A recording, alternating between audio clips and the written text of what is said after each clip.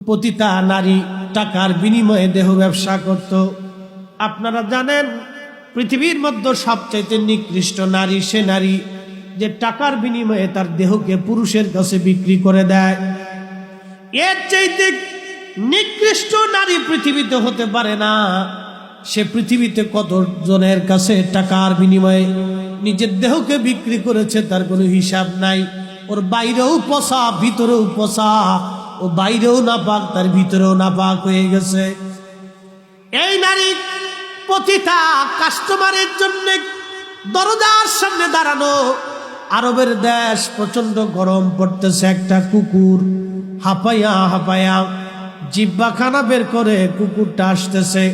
ওই পতিতা নারীর মনে মায়া লাগলো, আহা আল্লাহর একটা সৃষ্টি কুকুর, পানির অভাবে আজকে তার জিহ্বা বের হয়ে গেছে। আগের মানুষ চামড়া দিয়ে মোজা বানাইতো, জুতা বানাইতো। ওই মোজাখানা খুলে মহিলা কুয়ার মধ্যে নামাইয়া দাবাইয়া কুয়ার ভিতর থেকে মোজা দিয়ে পানি উঠাইলো। ওই পানি কুকুরকে পান করানোর পরে কুকুরের তৃষ্ণা নিবারণ হলো। আল্লাহ নবী ডাক দে বলেন, সাহাবীরা রে, আমার মৌলা, আমার রহমান, আমার রহিম, আমার দয়ালু দয়াময় আল্লাহ, আল্লাহর কাছে এই দৃশ্যটা অনেক ভালো লাগলো যে আমার একটা বান্দা একটা সৃষ্টি কুকুরকে পানি পান করাইছে। তৃষ্ণার্ত কুকুরকে পানি পান করাইয়া কলিজা ঠান্ডা বানাইল।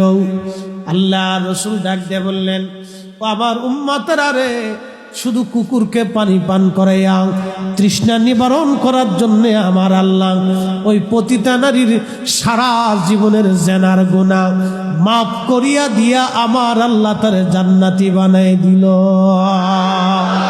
আল্লাহু আকবার। না আরো জোরে বলেন আল্লাহু আকবার। মালিককে, বান্দাকে আল্লাহ ক্ষমা করবে আমার বলার কিচ্ছু নাই। ছোট্ট কারণে আল্লাহ মাফ করে দিচ্ছে। দেখতে ছোট, কিন্তু বিষয়টা অনেক গভীর হৃদয় থেকে উপলব্ধি করে।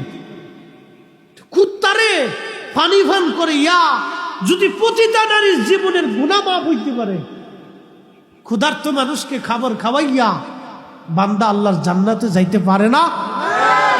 আর আল্লাহ রসুল বলছে, তোমরা যদি আখিরাতকে বিশ্বাস করো তো মেহমানকে সম্মান করো। সে যদি হিন্দু হয়, বৌদ্ধ হয়, খ্রিস্টান হয়, কাফের হয়, যে জাতি হোক, মানুষ হইলে যদি সে তোমার মেহমান হয় তো তাকে তুমি সম্মান করো।